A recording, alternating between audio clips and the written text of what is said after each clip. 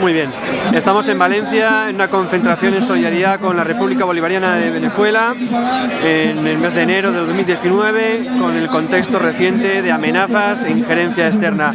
Estamos con Emma del PCPV, Partido Comunista del País Valencià, y nos explica un poquito el contexto de por qué estamos haciendo este tipo de actos. Vale, estamos aquí en apoyo a la República Bolivariana de Venezuela, que como sabéis está sufriendo desde hace ya mucho tiempo, no es algo de ahora, una serie de agresiones por parte del imperialismo. Entonces tenemos que defender la democracia, tenemos que defender que, bueno, que en Venezuela han habido una serie de elecciones que son libres, que están avaladas por muchos organismos internacionales.